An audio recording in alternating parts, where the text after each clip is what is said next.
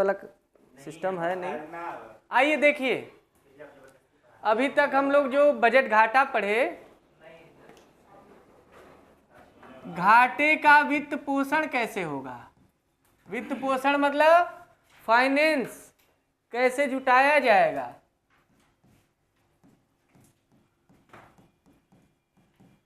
यानी जो घाटा हुआ है, 100 रुपये इनकम हुआ था, 150 रुपये खर्च कर दिए, 50 रुपये का घाटा हुआ, वो घाटा कैसे रिकवरी होगी, उस फाइनेंस की कैसे रिकवरी की जाएगी, वही है वित्त पोषण। घाटे का कैसे रिकवरी किया जाएगा, उसके लिए कई उपाय हैं। पहला उपाय है आपका, हाँ देखिए, विदेशी सहायता है, फॉरेन हेल्प। हाँ, ग्रांट मिल जाए तो और बढ़िया है। देखिए, सहायता और ऋण में थोड़ा सा अंतर है। ऋण भी तो ले सकते हैं, विदेशी ऋण, विदेशी डेट से भी काम हो जाएगा। इन दोनों में ब्याज नहीं देना पड़ेगा और ऋण में ब्याज देना पड़ेगा। आइए, दोनों में थोड़ा सा अंतर है। देखिए क्या अंतर है। अगर भारत सरकार को, उसी को चाहिए पैसा, दूसरे देश की सरकार, यानी कोई भी दूसरे देश की सरकार यानी गवर्नमेंट, या अंतर्राष्ट्रीय संगठन में जो मल्टीलेटरल कंपनियां हैं जो वित्त की व्यवस्था कराती है, जैसे IMF, वर्ल्ड बैंक है ना, IMF, वर्ल्ड बैंक, ये सब जो फाइनेंस उपलब्ध कराती हैं, प्रोवाइड कराती हैं, वित्त की व्यवस्था उपलब्ध, ऋण देती हैं। इसके अलावा अन्य और भी संस्थान है जैसे जो सहायता उपलब्ध कराती है। तो अगर ये लोग चाहिए पैसा आपको दिए, ध्यान दीजिए, अगर ये सिर्फ पैसा दिए यानी अनुदान आपको दिए, तब तो कोई दिक्कत ही नहीं है। ग्रांट दे दिए तो फिर तो लेंगे ही नहीं। अगर ये ग्रांट दे दिए तो फिर तो लेंगे नहीं। अनुदान एक प्रकार का दान ही है, तो ये लेंगे नहीं। बहुत से देश अनुदान देते हैं मुसीबत में, और ये भी अनुदान देते रहते हैं, लोग समय समय पे अनुदान देते हैं। लेकिन जितना अनुदान मिलेगा, मान लीजिए 50 करोड़ रुपए मिला अनुदान, तो ये तो वापस नहीं करना है, पूरा हमारा हो गया, ठीक। ग्रांट को वापस करना ही नहीं है। लेकिन मान लीजिए ये उधार दे रहे हैं, और उधार दो तरीके से होता है। एक उधार ऐसा है जिस पे ब्याज नहीं ले रहे हैं, शुद्ध वर्तनी में ब्याज लिखते हैं कि ब्याज लिखते हैं? ब्याज लिखते हैं, ब्याज नहीं बोलते, भले ब्याज है। तो उधार दिया लेकिन ब्याज नहीं ले रहा है, तो इससे बेहतर उधार क्या होगा, इससे बेस्ट डेट क्या होगा जिसमें इंटरेस्ट ही नहीं ले रहे हैं, सिर्फ उधार दे दी चाहे जब दीजिए। अच्छा, एक उधार है जिसमें ब्याज देते हैं, लेते हैं, लेकिन वेरी स्मॉल, बहुत कम, 0.1%, 0.2% ब्याज। मतलब 100 रुपये दिए तो 0.1 रुपया ब्याज लेंगे, यानी 10 पैसा। 1000 पे 1 रुपया हुआ, तो ये कोई ब्याज है? इसमें तो घाटा है, उसको घाटे पे दे रहा है। क्योंकि समय पे तो ब्याज इसीलिए लिया जाता है कि मुद्रा की कीमत घट जाती है। आज 100 रुपये दिया तो 100 रुपये में अगर आप मान लीजिए 5 किलो आलू खरीदे, तो जिस समय आप 100 रुपये लौटाने आएंगे, क्या उस समय 5 साल बाद लौटाएंगे तो क्या 100 रुपये में 5 किलो आलू मिलेगा? नहीं मिलेगा, तब 3 किलो मिलेगा। तो आज तो आप फायदे में थे, तो घाटे में हो गए।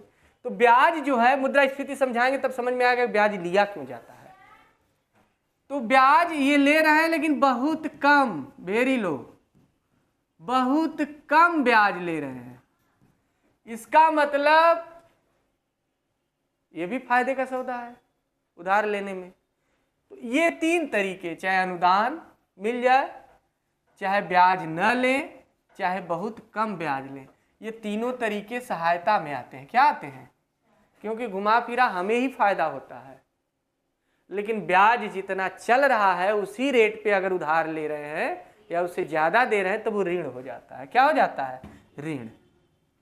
जितना ब्याज लग रहा है ब्याज पूरा देना है ना, उधार पे ऋण पर पूरा ब्याज देना है, ऋण पर ब्याज पूरा देना है, तो आपका विदेशी ऋण कहलाता है, कर्जा। अच्छा, ऋण दो प्रकार के होते हैं, आप ये भी ध्यान रखिए। कर्ज, अभी हम जब पिछली बार बता रहे थे इनकम में, पूंजीगत इनकम में बताए दो प्रकार के कर्ज होते, एक घरेलू और एक विदेशी। घरेलू मतलब अगर जैसे भारत सरकार को कर्जा चाहिए तो भारत के अंदर अगर ऋण किसी से ले रही है, चाहे आरबीआई से ले रही है, चाहे आप से ले रही है, या किसी संस्था से ले रही है, चाहे बालाजी मंदिर से उधार लेके बैठी है, बहुत कर्जे में है, बालाजी मंदिर बहुत उधार दिया है, अपने दान लिया है, सरकार को उधार दिया है, ब्याज पे दान लिया, देना तो है नहीं, उधार बांट के एकदम मुस्तंड बना है। बहुत से मंदिर के उधार बैठे हैं लेके ये लोग। तो विदेशी ऋण और घरेलू ऋण में बस यही अंतर है कि अगर सरकार भारत के अंदर किसी से ऋण ले रही है तब तो घरेलू है, डोमेस्टिक डेट, और भारत के बाहर किसी से ले रही है ऋण तो विदेशी ऋण हो गया। और ये सब बाहर की अंतर्राष्ट्रीय संस्थाएं हैं, अंतर्राष्ट्रीय संस्था किसी देश की तो होती नहीं, सबकी है, तो ये सब इनसे लेगी तो विदेशी, अमेरिका से ली, जापान से ली तो विदेशी ऋण कहलाएगा। इन भारत के किसी व्यक्ति से ली, नीरव मोदी से ली, और नीरव मोदी खुद लेके भाग गए तो अब आप बोल रहे हैं चोर चाहिए, चंडाल है, लेकिन वो सुन रहे हैं, सुन के भी क्या करेंगे, तो अपने भागे हैं अपनी जगह ठिकाने पे। जब वो पहले से प्लान बनाया था कि आप चाहे जो कहिए, कहने से कहा जाएगा।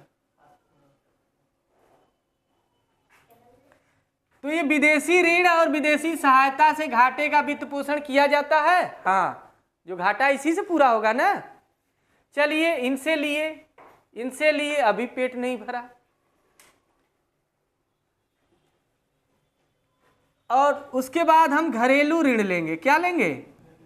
देखिए, कोशिश सरकार यही करती है ना, आपको हम बता दें, हमेशा याद रखिएगा, सरकार की हमेशा कोशिश रहती है कि बाहर से ही ऋण लिया जाए, घर के यानी देश के अंदर से ऋण न लिया जाए। कारण क्या है? कारण इसका बहुत बड़ा है। अगर देश के अंदर से ऋण लेंगे, मान लीजिए ये बैंक है, बैंक के पास 1000 करोड़ रुपया है मान लीजिए, जो उधार दे सकती है, लेकिन सरकार 500 करोड़ रुपया ले ली, 500 करोड़ रुपया बचा, तो वही पैसा जनता अब ले पाएगी ना? ध्यान से सोचिए, नहीं सोच पा रहे हैं। ये भारत का बैंक है, ढेर सारे, इनके पास कुल 1000 करोड़ रुपया है। कितने हैं? 1000 करोड़ रुपया जो उधार वो दे सकती है, इतनी क्षमता है, चाहे जो ले ले। लेकिन इसमें से सरकारें ले ली 500 करोड़ रुपया, अब इसके पास बचा कितना? 500 करोड़, इतना तो ये ले ली। तो ये अब वो तो ले ली, अभी जो पैसा बचा वो तो जनता लेगी तो ले, तो जनता को अब पैसा कम मिल पाएगा। यानी जनता जो भारत की है वो अपने किसी इन्वेस्ट करने के लिए पैसा अगर बैंक में जाएगी लेने तो समस्या आएगी। बैंक वाले कहेंगे नहीं, सबको नहीं देंगे, कुछ ही लोगों को देंगे, पैसा कम है। तो एक शब्द यहाँ पे सीखिए, क्राउडिंग आउट एक शब्द आता है। कौन सा शब्द आता है?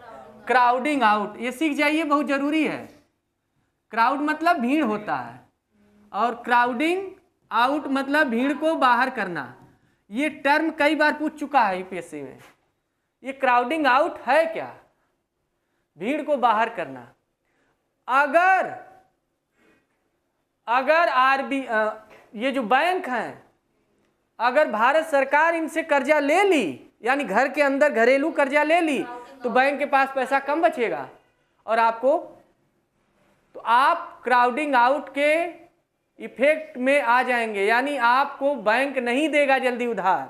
तो क्राउडिंग आउट के प्रभाव को दूर करने के लिए, यानी क्राउड को, भीड़ को हटाओ, मतलब कर्जा मत दो, क्राउडिंग आउट का मतलब कर्जा मत दो। तो क्राउडिंग आउट प्रभाव को कम करने के लिए, यानी ये जो बैंक हैं ये सबको कर्जा दें, इसलिए सरकार कोशिश करती है कि हम कहाँ से कर्जा लें, विदेश से। जब नहीं मिलता है तब अपने देश में लेती है।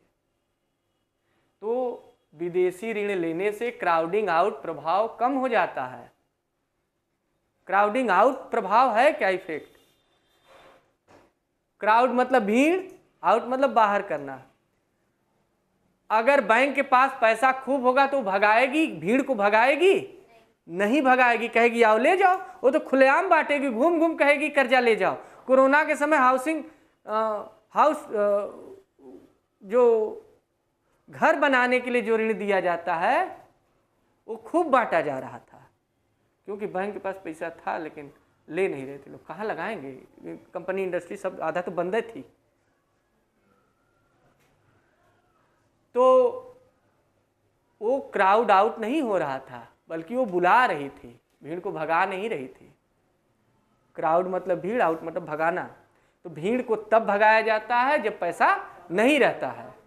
तो क्राउडिंग आउट प्रभाव को दूर करने के लिए सरकार विदेशों से ऋण लेती है कि क्राउडिंग आउट प्रभाव न हो, लोगों को भगाया न जाए। अगर ले लेगी तो फिर क्राउडिंग आउट प्रभाव आ जाएगा, इफेक्ट हो जाएगा, यह ध्यान रखिएगा। ठीक है, तो क्राउडिंग आउट यही है कि बैंक से उधार लेने के लिए पैसा अगर कम है तो क्राउडिंग आउट इफेक्ट दिखेगा, भीड़ को बाहर करो, ये प्रभाव दिखेगा, हटाएगी, वो नहीं देना चाहेगी, सबको ऋण नहीं देगी। लेकिन पैसा है तो जिसको चाहे ले, पड़ा है पैसा। अच्छा, चौथा जो इसमें घाटे का वित्त पोषण है, मतलब घाटे की फाइनेंस की, मतलब जुटाना है, कैसे हम पैसा खर्च करें, जो खर्च हो गया कैसे जुटाएं। तो उसके लिए एक और तरीका है जिसको हमेशा हमेशा के लिए आप लोग याद कर लीजिएगा।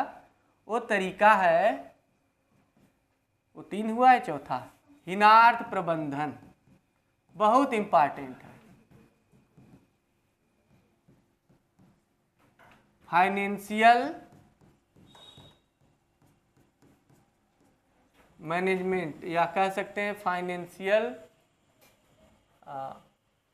यानी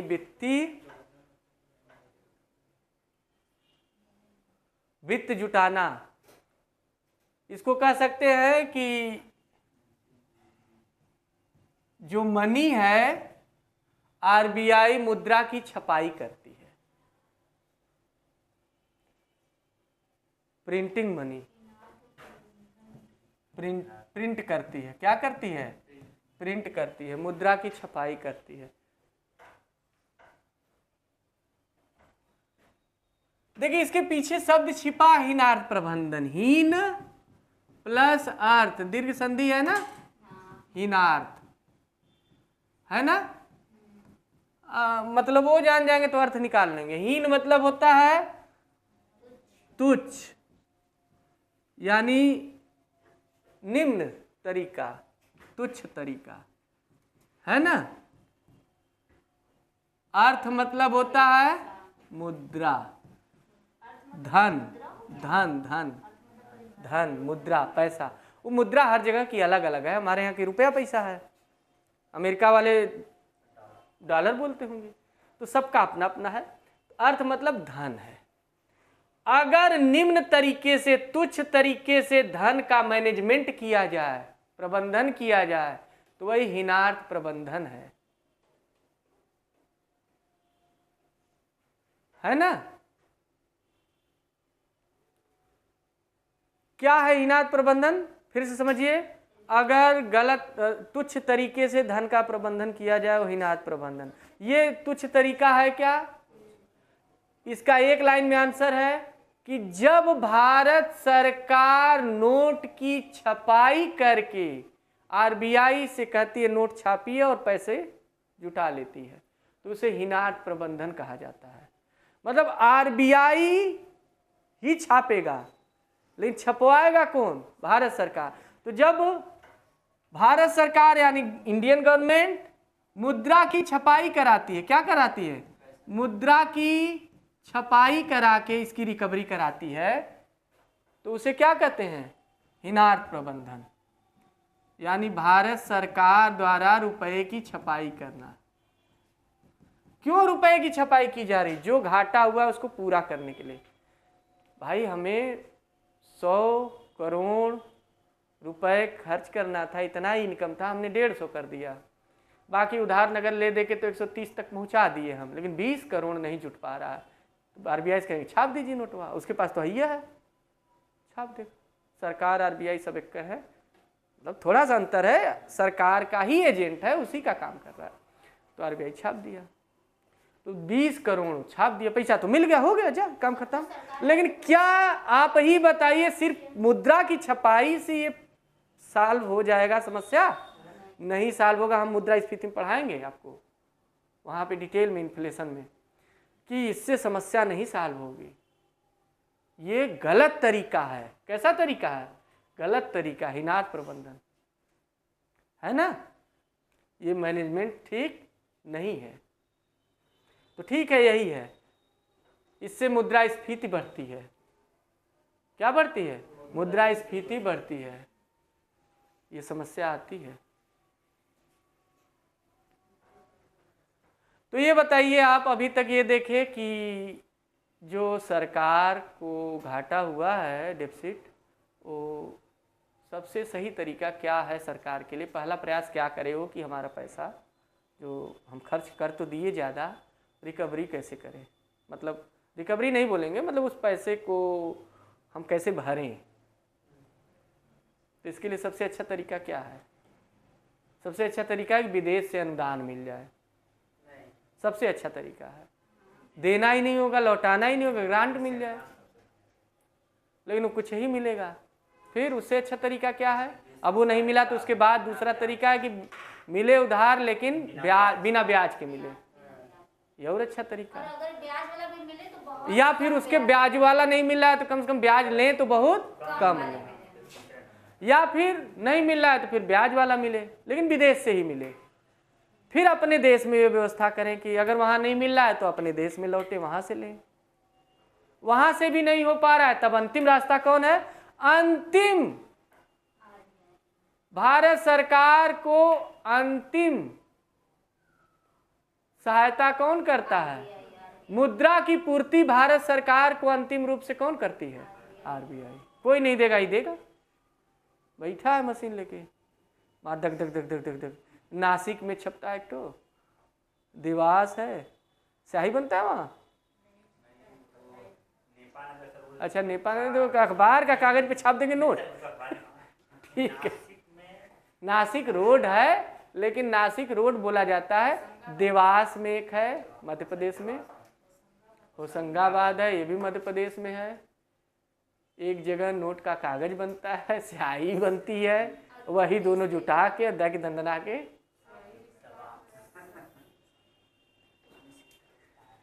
चलिए ठीक है, ये आया ना, वित्त पोषण आ गया ना समझ में, कैसे व्यवस्था कर। फिर से बता दें, अब तो ही खर्चा कर दे बात, तो उधार है लेके पूरा करेंगे। आइए आज हम अब एक नया टॉपिक इसी बजट का है, जिसको हम लोग कहते हैं बजट के प्रकार, टाइप्स ऑफ बजट। आइए देखते हैं बजट कितने प्रकार के हैं। Types of budget.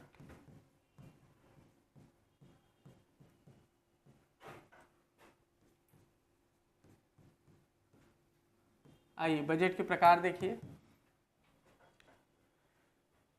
इसमें बारी बारी देखेंगे। एक पारंपरिक बजट है, ट्रेडिशनल जिसे बोलते हैं, ट्रेडिशनल बजट।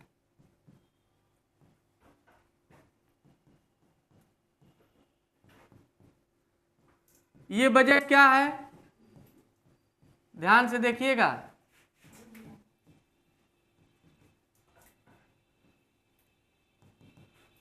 लगभग 5 प्रकार के बजट हम लोग पढ़ेंगे मेन। ये पहला बजट का प्रकार है, टाइप ट्रेडिशनल बजट, पारंपरिक बजट। देखिए आप कभी ध्यान दीजिएगा, जो हमारा शासन है या सरकार है, गवर्नमेंट है, उसके 3 अंग होते हैं।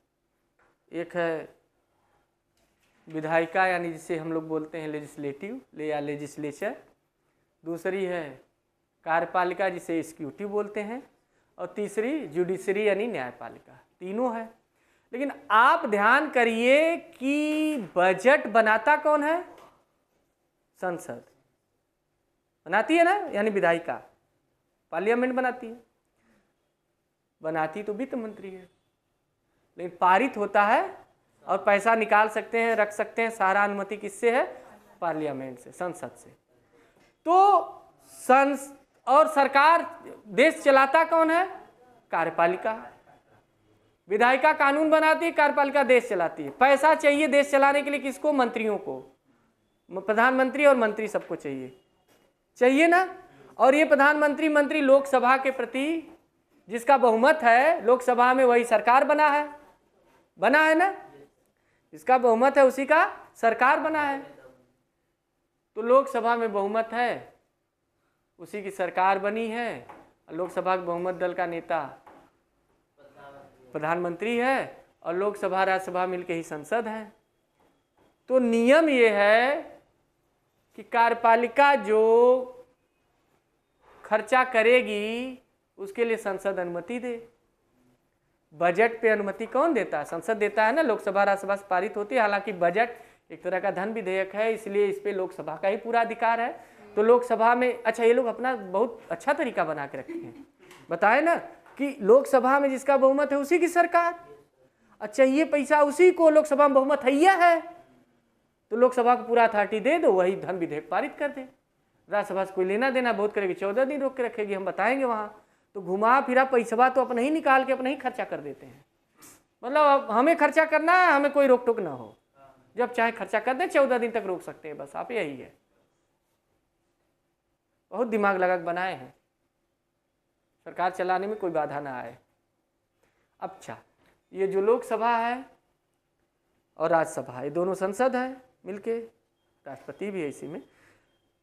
संसद का काम है कि ये कार्यपालिका पर नियंत्रण रखे, एक काम इसका ये भी है। इसीलिए कार्यपालिका लोकसभा के प्रति उत्तरदायी होती है। 75(3) अनुच्छेद आर्टिकल 75(3) 75(3) कई बार आ चुका है। अभी पिछली ही बार आया था मेंस में लिखने के लिए 2023 में IAS के विधायक मंत्रिपरिषद का लोकसभा के प्रति उत्तरदायित्व 75(3) में है। तो आप देखेंगे कि संसद हमेशा नियंत्रण रखती है कार्यपालिका का बजट के मामले में। तो ठीक है, इस पारंपरिक बजट का उद्देश्य क्या है, इतना बात बताया। अब देखिए यहां पे आ रहे हैं, ध्यान समझिएगा। जब विधायिका यानी संसद, विधायिका यानी लेजिस्लेटर यानी पार्लियामेंट, संसद हमेशा से चाहिए कि हम जो बजट प्रस्तुत करें वो हमारे मन से हो और हम कार्यपालिका पर नियंत्रण रखें। तो संसद ये कोशिश करती है कि हम जो बजट जिसको दिए हैं, मान लेते हैं जिसको भी दिए हैं, जितना खर्च करना है, जितना वो पूरा व्यय और कितना पैसा आ रहा है इनकम, वो टोटल हम अभी डिसाइड कर दें और उसी हिसाब से बजट बने। तो ये पुराना बजट का तरीका है। इसमें ये नहीं देखा जाता है कि इस बजट से कितना फायदा होगा, उद्देश्य हमारा क्या है, कि आगे क्या करना है भविष्य में, ये सब नहीं देखा। बस इनका ये है कि हम जो बजट जितना दिए थे उतना खर्च हुआ है ना, और जहाँ जहाँ दिए थे वहीं खर्च हुआ है ना, ज़्यादा खर्च नहीं किए हैं। तो जब कार्यपालिका पे विधायिका का यानी संसद का नियंत्रण रहता है, तो वैसे ही बजट को क्या बोलते हैं, पारंपरिक बजट।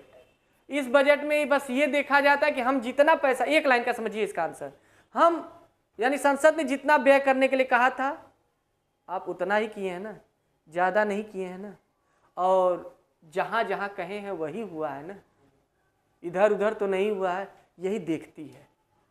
तो ऐसे बजट को क्या कहते हैं, पारंपरिक बजट, ट्रेडिशनल बजट। लेकिन आजकल ये बजट, ये पहले आया करता था, आजकल ये बजट नहीं आ रहा है। कारण ये है कि अब ये बजट का उद्देश्य नहीं रह गया। अब बजट का उद्देश्य है कि पैसा जो लगा रहे हैं उससे क्या प्राप्त होगा हमें, ये ध्यान में रखा जाता है। ये नहीं कि बस नियंत्रण जितना दिए, अब जैसे मान लीजिए हम दे दिए रेलवे मंत्रालय को, रेलवे हाँ रेल मंत्रालय को, तो उसको जितना दिए अब निगाह रहेगा कि उतना पैसा वो खर्च करे और कहाँ मतलब कितना खर्च की, बस यही निगाह है कि कहीं ज़्यादा तो नहीं कर दी या उतना ही खर्च की ना, बस यही निगाह रहता है हमेशा इस बजट में। तो किसको कहाँ जितना खर्च करना है बस ये पहले ही लिख दिया जाता है कि आपको इतना खर्च करना है, आपको इतना। जैसे परिवार में 5 सदस्य है, 5 को में से आपको 2000 खर्च करना है, आपको 1000, आपको 1500 और पूरा इतना ही खर्च करना है, बस इससे ज़्यादा नहीं। अब इसमें ये नहीं बताया जाता कहाँ खर्च करना है, कैसे खर्च करना है, कुछ नहीं। आप करिए खर्च, साल भर करिए, आपको पैसा दे दिए उसे चलाइए अपना खर्चा। तो ये कोई तरीका ठीक है? ये तो एक तरह से मतलब छोड़ दिया गया उन लोगों पे, अपने ढंग से करें, बाद में बता दें कि हम इतना खर्च कैली जितना मिला, ज़्यादा तो ना कैली। तो ये पारंपरिक बजट है, ट्रेडिशनल। ठीक है, दूसरा जो हमारा बजट है निष्पादन बजट, परफॉर्मिंग बजट।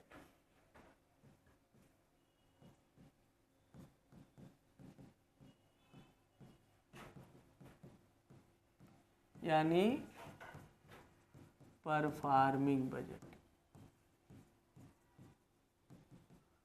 देखिए क्या है,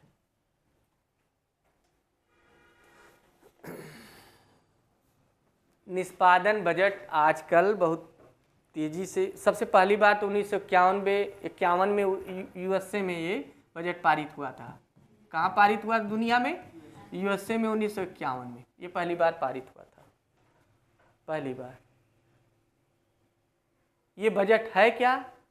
इसमें ये देखा जाता है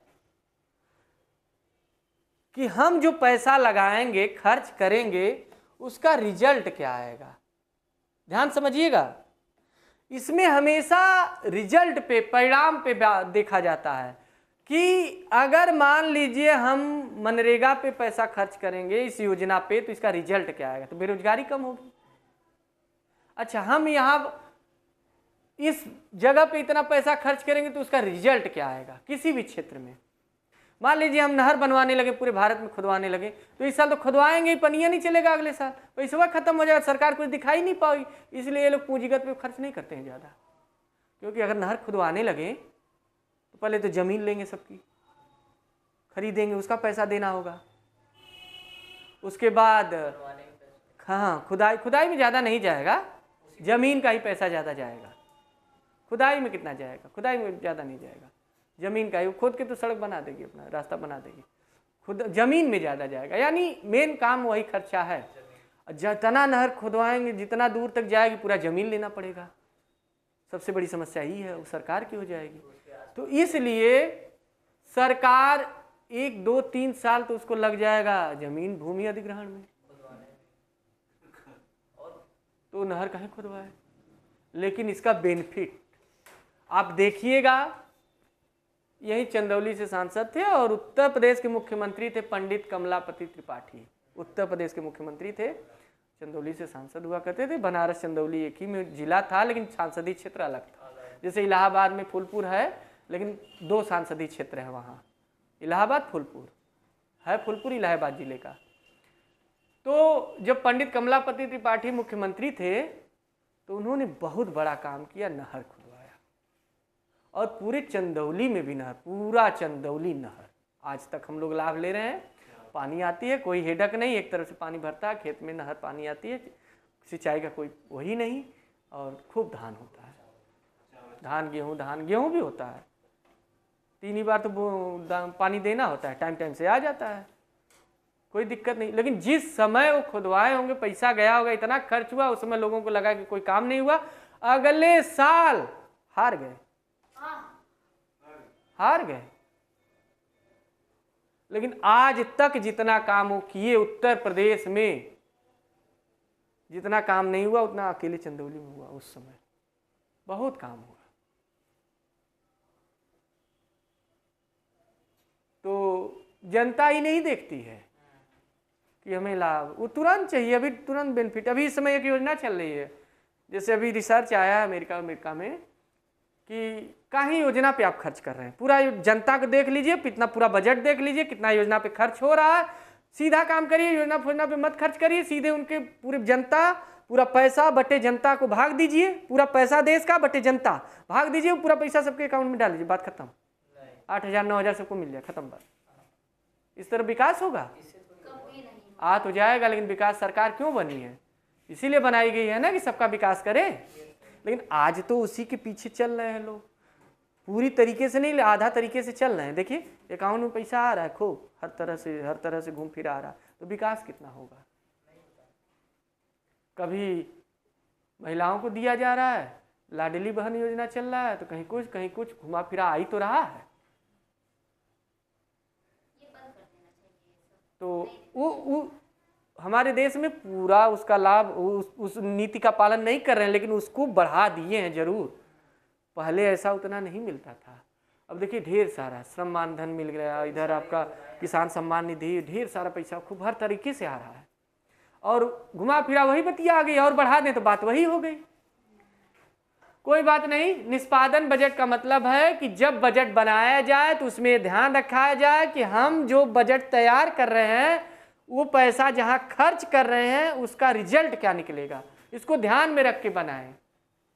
अगर रिजल्ट जो निकलेगा, अगर उसका अच्छा रिजल्ट नहीं आएगा तो मत तैयार करें। इसको कैसे तैयार करेंगे कि जो लागत आई है, लागत का खर्च, और जो रिजल्ट प्राप्त हुआ परिणाम, उसका देखेंगे कैसा उसका रिजल्ट आया। अगर इन लागत और रिजल्ट में अंतर आ रहा है, परिणाम अच्छा दिख रहा है, तब तो इसको लागू करेंगे इस खर्च को, और नहीं तो नहीं करेंगे। क्या मतलब, हम पूरा पैसा भी लगा दें, नमामि गंगे चला दें, न गंगा साफ नहीं हुई। ये यही है, देखिए ये इसके हिसाब से देखा जाए नमामि गंगे योजना बहुत बड़ी फेल्योर योजना है। बहुत पैसा खर्च हुआ, 2014 से चल रहा है, बहुत बड़ी फेल्योर योजना है। उतने में तो जितना पैसा लोग लगाए ना, गंगा नदी में आरओ का फिल्टर पानी करके डाल दिया गया होता अब तक।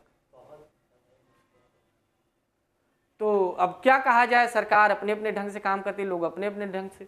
तो निष्पादन बजट जो है उस हिसाब से अगर देखा जाए कि उसका परिणाम क्या प्राप्त हुआ, तो जितना लागत लगा, आप ही बताइए आप कहाँ पैसा लगाना चाहेंगे? खर्च वहीं करेंगे जहां लाभ ज्यादा मिले ना, फालतू में पैसा। आप बताइए जंगल में आप रोज खली डालना पसंद करेंगे? जंगल में तो ऐसे भी हरा भरा खाद है, हरी भरी घास है, बकरी खा लेगी, हिरन खा लेगा और शेर खा लेंगे।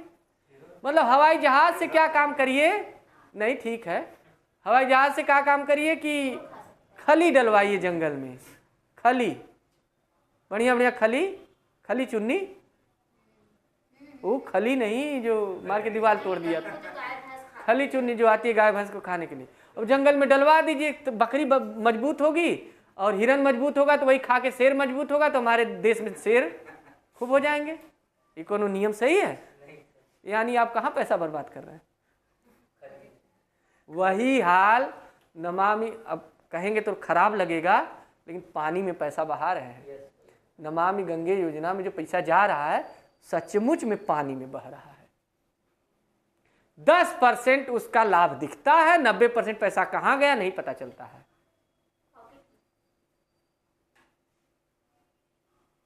और ये सच्चाई है, बहुत जगह पे 90% पैसा कहां गया पता ही नहीं चलता है। तो चलिए ठीक है, समझ में आया निष्पादन बजट, यानी इसमें हमेशा परफॉर्मिंग ओरिएंटेड देखा जाता है, इसका रिजल्ट ओरिएंटेड होता है कि रिजल्ट ओरिएंटेड बजट है ना, रिजल्ट उन्मुख, परिणाम उन्मुख बजट है कि इसका रिजल्ट कैसा आएगा, उसी हिसाब से बजट तैयार करिए, हर एक चीज पे फोकस करिए उसी हिसाब से। ठीक है, शून्य आधारित बजट ये बहुत इंपॉर्टेंट है, जीरो बेस्ड बजट।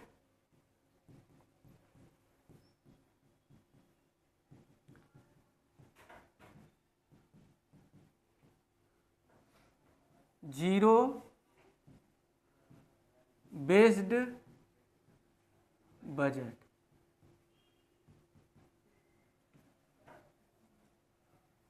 आइए देखिए, शून्य आधारित बजट ये क्या है। देखिए इसमें ना एक प्रोग्रेसिव बजट होता है, हालांकि वो यहाँ नहीं पढ़ना है, अगर कहेंगे तो एक लाइन सुन लीजिए। प्रोग्रेसिव बजट ये होता है ना कि जैसे पिछले बजट जो आया उसमें जो जो योजनाएं थी उसी को फिर से आगे बढ़ा दिया जाता है। जो हमारा इनकम बढ़ा है उसी में 5% 10% जो इनकम है वो बढ़ा देते हैं, बस वही योजना आगे चल पड़ती है। यानी पीछे बजट में जो जो चीज़ें थी, जो व्यवस्थाएं थी, वही चल पड़ती है। वो तो प्रोग्रेसिव बजट है और ये बजट ठीक नहीं माना जाता है, क्योंकि वैसे ही चल रहा है ढर्रे पे। उसमें समय आप बचा रहे हैं, खर्चा बजट बनाने में न जाए, सोचने में ज़्यादा समय न जाए, बस वही बजट चालू कर दिए। लेकिन जो शून्य आधारित बजट है, देखिए ये जीरो से सोचना होता है। मतलब पिछले बजट में आपने क्या खर्च किया और उससे क्या लाभ मिला, इससे हमसे लेना देना नहीं है। आज आइए, आज बैठिए और आज देखिए कि आगे हमें क्या करना है और हम कहाँ कहाँ पैसा खर्चा करें कि न करें। आज सोचिए, आज अपने भविष्य को देखिए और उस हिसाब से पैसा खर्च करिए। पीछे क्या हुआ क्या नहीं हुआ उसको मत सोचिए, पूरा ध्यान इस पे रहता है, तो इसमें समय जाता है। जैसे आज हम पूरा बजट को ख़त्म करके अपने मन से और ये बैठे कि आगे जो पैसा आ रहा है एक साल में हमें कहाँ कहाँ खर्च करें, क्या कहाँ कहाँ खर्च करना उचित होगा।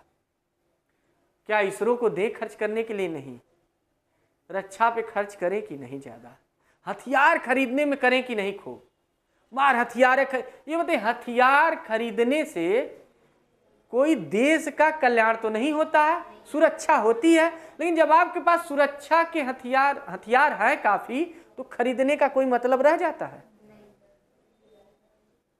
तो रक्षा उपकरण पे, रक्षा पे ये सब ज़्यादा खर्च करना भी देश के विकास में बाधा की है। और अगर युद्ध हो गया तब तो उस देश का, आप कभी सुने होंगे कि युद्ध हो जाता है तो उस देश का विकास अवरुद्ध हो जाता है। कारण क्या है? पैसा उधर ही जाने लगता है, पहला चीज। दूसरा, जनता भी प्रभावित होती है। युद्ध में लोग मरते हैं, उसी के घर के लोग मरेंगे, तेरही हो रही होगी, घर के लोग प्रभावित होंगे, कामकाज ठप होगा, औद्योगिक गतिविधियां नहीं चलेंगी, आर्थिक विकास नहीं होगा, तो ऐसे ही देश पीछे हो जाएगा। इसीलिए कहा जाता है युद्ध नहीं हो तो ठीक है, युद्ध को टाला जाए, कोई फायदा नहीं। युद्ध से दोनों पक्ष को नुकसान होता है, जो जीते वो भी, जो हारे। फायदा उसी को है जो लड़ा रहा है, जैसे अमेरिका, उसको फायदा है, वो हथियार बेच रहा है, वो असली फायदे में है, बना के रखा है, दे रहा है, ले जाओ, असली इनकम तो वो कर रहा है। अभी हम देख रहे थे, 1 महीना भी नहीं हुआ, जेलेंस्की गए थे अमेरिका, हथियार खरीद लिए हैं कई ठो दनादन, और ये कह भी रहे थे कि हमने दिया है, मतलब जता रहे हैं कि हम दिए हैं इसीलिए तुम लड़ रहे हो। मतलब इधर एहसान भी है, फ्री में तो दिए नहीं। तो आइए देखिए, शून्य आधारित बजट का मतलब होता है जीरो बेस बजट। यानी हम फिर से सोचे, जैसे एक चीज हम बता दें, समझ जाएंगे आप लोग। जैसे आपने 2 बार तैयारी की, 3 बार तैयारी की, रिजल्ट अच्छा नहीं आया, है ना, नहीं निकला, तो आप बैठिए एक दिन और सोचिए कहाँ कहाँ कमी है और कौन कौन सेक्टर हमारा कमज़ोर है, उसको अच्छे से फिर से पढ़ना शुरू करिए। जैसे पहली बार शुरुआत किए थे, तो वैसे फिर से पढ़ना शुरू करेंगे, तो यानी अब आप में सुधार होगा, तो अब आगे अच्छा रिजल्ट आएगा। तो वही है शून्य आधारित बजट, यानी आप बेस से फिर से सोच रहे हैं कि हम अब कैसे, कहाँ पैसा लगाएं कि हमारा भविष्य और अच्छा हो। पिछले बजट से कोई लेना देना नहीं है। हालांकि ये बजट तैयार करने में समय ज़्यादा जाता है और आपको सोचना ज़्यादा पड़ता है ना, लेकिन अच्छा बजट होता है ये। शून्य आधारित बजट हमारे यहाँ चलता है ना, बहुत बेहतर माना जाता है। और इसकी शुरुआत किए थे, अमेरिका के थे पीटर ए पायर। कौन थे? पीटर ए पायर। 1970 में ये शून्य आधारित बजट की बात किए थे, लेकिन 1979 में अमेरिका ने शुरू किया था अपने यहाँ। ये शून्य आधारित बजट कौन दिया था, किसकी धारणा है? ये पीटर ए पायर की धारणा है, याद रखिएगा। वहाँ के जिमी कार्टर वित्त मंत्री थे, वहाँ मंत्री को सचिव कहा जाता है कि नहीं? पता है कि नहीं आपको? अमेरिका में मंत्री को सचिव कहते हैं। हमारे यहाँ जो मिनिस्टर हैं अमेरिका में क्या कहा जाता है? सचिव, सेक्रेटरी। तो जो वित्त सचिव अगर पेपर में पढ़ रहे हैं या विदेश सचिव, समझिए वो वित्त मंत्री है, विदेश सचिव विदेश मंत्री है ना, वहाँ सचिव कहा जाता है। ये मत सोचिए, अच्छा किसी एग्जाम में पूछ लेता है अमेरिका के विदेश सचिव को बताइए, तो लोग सोचे सचिव वचिव काहे पूछ रहा है, मंत्री पूछते तो ठीक हो है, वही है विदेश मंत्री। ठीक है, बाकी बजट सर बोले हैं कि बाद में बता दीजिएगा, एक ही बचा है 2, तो आउटकम और लिंग आधारित बजट है, कल हम लोग देख लेंगे। ठीक, समय हो गया सर, इशारा किए।